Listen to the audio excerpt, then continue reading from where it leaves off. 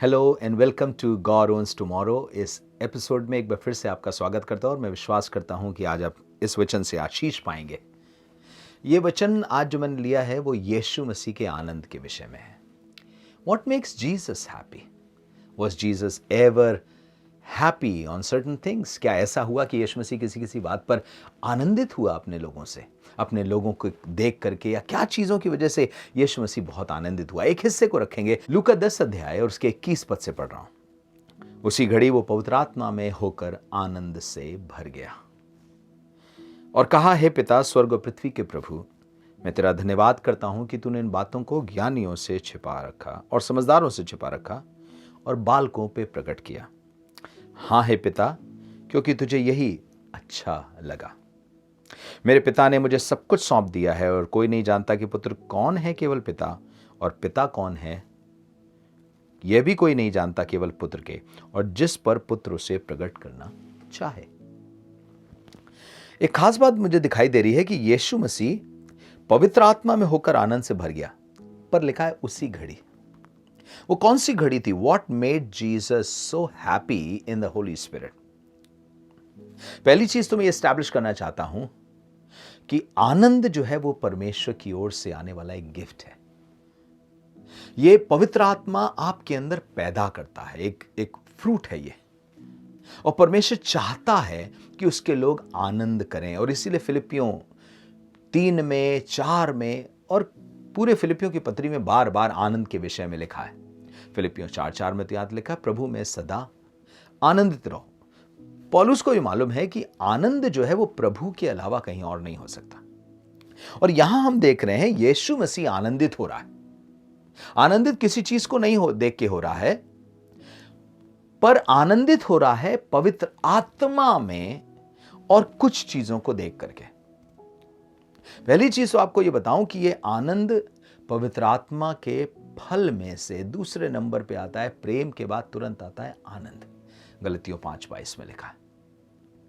इसका मतलब पवित्र आत्मा आनंद देने वाला आत्मा है। वो आपको ग्लूमी नहीं बनाएगा, वो आपको पूरी तरीके से सैड नहीं कर देगा, वो सिर्फ आपको आप परेशान घूमते रहें और बस खूब प्रार्थना करने वाले और मुंह एकदम बना हुआ, ऐसा नहीं बनाएगा। वो आपकी प्रार्थना में आपको आनंद देगा, आपकी सेवा में आपको आनंद देगा। आप लूका 15वां अध्याय उठा करके देखिए, वो क्यों उस भेड़ को खोज रहा है और खोज करके कह रहा, आओ मेरे साथ आनंद करो। सिक्का मिल गया तो स्त्री कह रही, आओ मेरे साथ आनंद करो।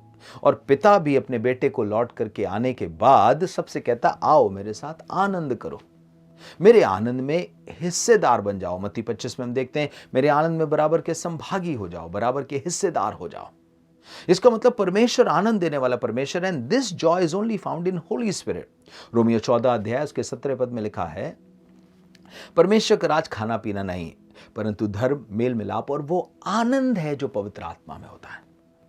यीशु मसीह की लाइफ से भी आप सीख सकते हैं कि अगर तमाम परिस्थितियों के बावजूद आप आनंदित रहना चाहते हैं, विषम परिस्थितियों के बावजूद अगर आप आनंदित रहना चाहते हैं, तो जरूरी है कि आप आत्मा में आनंदित होना शुरू करें।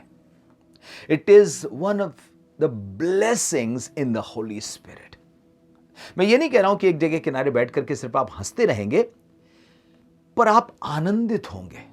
There will be such joy, satisfaction, happiness, smile on your faces. और परमेश्वर कह रहा है ये होता है। कब होता है? पवित्र आत्मा में। अब दूसरी बात यहां लिखा है, उसी घड़ी वो पवित्र आत्मा में होकर आनंद से भर गया। कौन सी घड़ी थी? उससे पहले जब हम 17 पद से देखते हैं तो लिखा है, वे 70 आनंद करते हुए लौटे और कहने लगे, हे प्रभु, तेरे नाम से दुष्ट आत्माएं भी हमारे वश में है। तो उन 70 का आनंद इस बात पे कि प्रभु, तेरे नाम से हमने अधिकार को देखा है, तेरे नाम से छुटकारे देखे, तेरे नाम से लोगों को हमने दुष्ट आत्माओं से आजाद होते देखा है। And it has given them immense Joy. बहुत आनंद दिया है। यीशु मसीह उनके आनंद के बबल को ऐसा लग रहा है फोड़ रहा है, पर दूसरे आनंद के बबल को फुला रहा है और खूब आनंद दे रहा है। सुनिएगा क्या लिखा है। उसने उनसे कहा, मैं शैतान को बिजली के समान स्वर्ग से गिरा हुआ देख रहा था। देखो, मैंने तुम्हें सांपों और बिच्छुओं को रौंदने का, शत्रु की सारी सामर्थ पर अधिकार दिया, और किसी वस्तु से तुम्हें कुछ हानि ना होगी। तो भी इस बात से आनंदित मत हो कि आत्मा तुम्हारे वश में है, पर इससे आनंदित हो कि तुम्हारे नाम स्वर्ग पर लिखे हैं। यहां आनंद का एक रीजन बता रहा है। वो जिस तरह से आनंदित थे, वो अपनी सफलता की वजह से आनंदित थे, बहुत से चंगाई के काम, छुटकारे के काम होते हुए देख करके आनंदित थे। यीशु मसीह उस काम को देख के आनंदित था जो उसने किया है। कौन सा? जीवन की पुस्तक में लिखा हुआ नाम। यह मनुष्य की ओर से नहीं होता, यह परमेश्वर की ओर से होता है, जीवन की पुस्तक में लिखा जाना नाम का। जो हम देखते हैं, चाहे वो प्रकाशित वाक्य 13:8 हो, 17:8 हो, में यही पता चलता है कि जीवन की पुस्तक में लिखने का जो काम है वो परमेश्वर का ही लिखने का काम है। और इसलिए कह रहा है, देखो अपनी सफलताओं पर तुम खुश मत हो ज्यादा, पर खुश हो इस बात पर कि परमेश्वर ने तुम्हें सदा के लिए अपना बना लिया है। तुम्हारा नाम उस पुस्तक में लिखा है जिसमें से वो काटेगा नहीं। Your joy should be on the heavenly blessing, eternal glorious time with God. खुदा के साथ अनंत जीवन, खुदा के साथ रहना, होली स्पिरिट में। इस बात के लिए यीशु मसीह कह रहा आनंदित हो, और फिर वो खुद आनंद से भर गया। क्या कारण था उसके आनंद का? पहला, उनका नाम जीवन की पुस्तक में लिखा हुआ है। और 23वें पद से पढ़ रहा हूं, तब चेलों की ओर मुड़कर अकेले में कहा, धन्य है वे आंखें जो बातें जो तुम देखते हो देखती हैं, क्योंकि मैं तुमसे कहता हूं कि बहुत से भविष्यवक्ताओं और राजाओं ने चाहा कि जो बातें तुम देखते हो देखें पर ना देखी, और जो बातें तुम सुनते हो सुने पर ना सुने। उससे पहले बता रहा है, कोई पिता को नहीं जानता जब तक पुत्र उस पर प्रकट ना करे, कोई पुत्र को नहीं जानता जब तक पिता उस पर प्रकट ना कर दे। आप समझ रहे हैं यीशु मसीह किस बात से आनंदित है? यीशु मसीह आनंदित है कि उसके चेलों के नाम लिखे हैं। यीशु मसीह आनंदित है कि चेले यीशु मसीह के रेवलेशन को समझ गए हैं, चेले पिता परमेश्वर को समझने लगे हैं।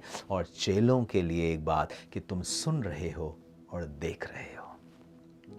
आपको मालूम है, जब आप वचन को गहराई से सुनते हैं और स्वर्ग के राज की चीजों को देखते हैं, उस राज्य की चीजों को देखते हैं जो पृथ्वी के लोग नहीं देख पा रहे हैं, आप परमेश्वर के अद्भुत प्रेम को, उसकी शक्ति को, क्रूस पे बहाए गए उस लहू की सामर्थ को आप देखते हैं। आपके लिए सिर्फ एक क्रॉस, एक सीन नहीं है, पर आपके छुटकारे की वो जगह है, आपके छुटकारे का वो स्थान है, आपके छुटकारे का वो दृश्य है। जब आप ये देख पाते हैं तो यीशु मसीह को इस बात से आनंद मिलता है। Jesus is not just happy, oh, you are a powerful minister, you have a healing gift, you have this gift and that gift. No, your name is written in the Lamb's book of life. You have revelation of God, you have revelation of Jesus Christ, you have understood Jesus. तुमने यीशु को समझ लिया है, और अब शत्रु की सामर्थ तुमसे हार रही है, और तुम सुन पा रहे हो और देख पा रहे हो। याद है आपको, निकोदेमुस ने भी एक दिन यीशु मसीह के पास आके कहा था, मैं जानता हूं तू परमेश्वर की ओर से गुरु होके आया है, क्योंकि जिन चिन्हों को तू दिखाता है, अगर परमेश्वर उसके साथ ना हो तो दिखा नहीं सकता। तो यीशु मसीह ने कहा, तू चिन्हों को देख रहा है। ये कहा नहीं है उसने, एक बात ऐड कर रहा हूं, क्योंकि तूने चिन्हों को देखा, मैं तुझे बताना मांग रहा हूं, जब तक कोई जल और आत्मा से ना जन्मे परमेश्वर के राज को देख नहीं सकता, जब तक कोई नए सिरे से ना परमेश्वर के राज में प्रवेश नहीं कर सकता। यीशु मसीह आनंदित है कि मेरे चेले उस राज्य को देख पा रहे हैं, उसकी सामर्थ को देख पा रहे हैं, शत्रु की सामर्थ को गिरता हुआ, नाश होते हुए देख पा रहे हैं, अभी देख पा रहे हैं। अब ये पवित्र आत्मा से भर के और अद्भुत क्या काम करने पाएंगे। धन्य है तुम्हारी आंखें जो देखती हैं। अकेले में ये बात बोली यीशु मसीह ने अपने चेलों से। शायद यीशु मसीह आपकी तरफ भी अकेले में देख करके कहता है, बेटा जब तू बाइबल पढ़ता है ना, तो सिर्फ ये पुस्तक नहीं रहती, तेरे लिए एक जीवन की पुस्तक होती है। ये तेरे लिए सिर्फ एक कहानी नहीं होती, क्रूस की कथा, तेरे लिए तेरी अपनी कहानी होती है। ये तेरे प्रेमी की कहानी होती है। जब तू बाइबल पढ़ता है तो बाइबल पढ़ के बोर नहीं होता, क्योंकि उसमें तेरा चित्र दिखाई देता है, और तेरे प्रेमी के प्रेम का प्रगटीकरण दिखाई देता है।